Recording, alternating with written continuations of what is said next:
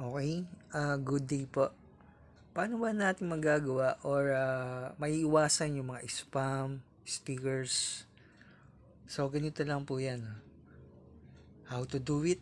I'll show you the way. Punta lang tayo sa professional dashboard. Press nyo lang po ito. Itong professional dashboard. Yan. Okay.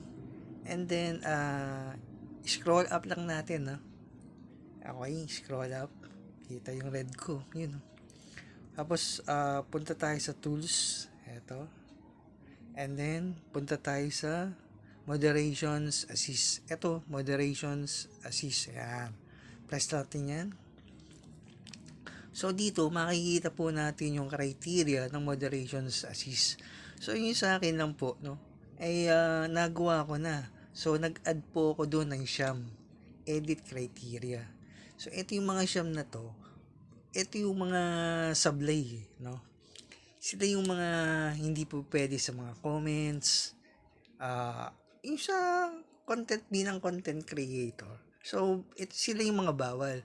So, nilagay ko sila para hindi na sila pumasok dun sa ating comment sections, sa ating mga video, 'di ba?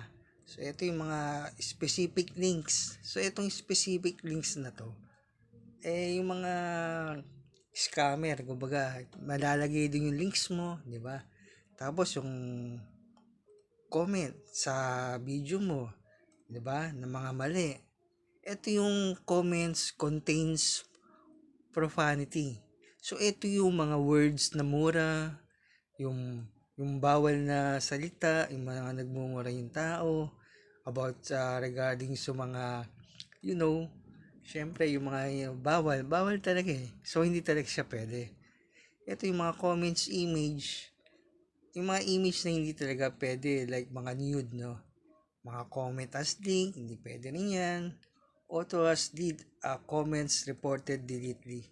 So, ito yung mga, once na ano sila ng ano, sa mga criteria na itong mga specific links, video, profanity, yung mga mura. So, hindi na siya mag-a-appear. So, dito siya papasok sa author has at least 3 comments. Yun, no? Nakakakaba pala to. True to life to, totoo to. So, walang script to. Totoo talaga. Yan, okay. So, once na nagawa nyo na yan, sa akin, ano yun dapat 10. So, siyam lang yung nilagay ko. Pe-press lang natin yung add. Tuturo ko sa inyo kung ano yung pansampu, no? Kaya hindi ko siya pinares, eh. Kaya inallowed ko siya. So, press lang natin tong add. Itong add yan. Okay. So, yung sinasabi ko na hindi ko siya hindi ko siya inallowed. So, allowed siya, no? Ito yung new content. So, allowed siya kasi hindi naman lahat ng new content, di ba? Ay, new account pala. New account ay mali na yung mga hangarin, mali na yung gawa. So, lahat naman tayo nagsimula sa new account. So, in-steady ko lang siya dyan. Diba? Okay. So, ito yung mga pinagbabawal o yung mga prohibited o forbidden.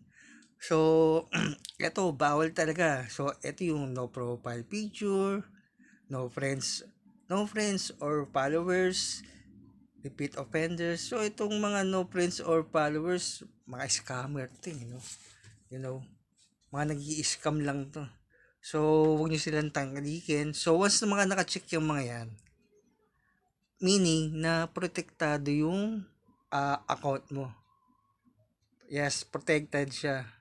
So, once na mga pinipress mo yung ganyan, so, eto yan ang lalabas dyan. So, back lang natin kasi tapos na ako, Tinuturo ko na lang po sa inyo. Siyempre, para naman na maligtas tayo no sa mga mali, sa mga spam, maling pictures, mga scammers. So yan, punta lang po doon sa may moderate assist. Okay na po tayo, no? Yan, ibabalik ko lang po ulit sa dati. Yan, okay. Yan ang aking edit criteria, shampoo yan. Yung shampoo, tinuro ko na. Okay na po tayo, ma'am. Oh, sir, ma'am, sir. Okay. Yan, okay na. Okay. So, sana may natutunan tayo, ano?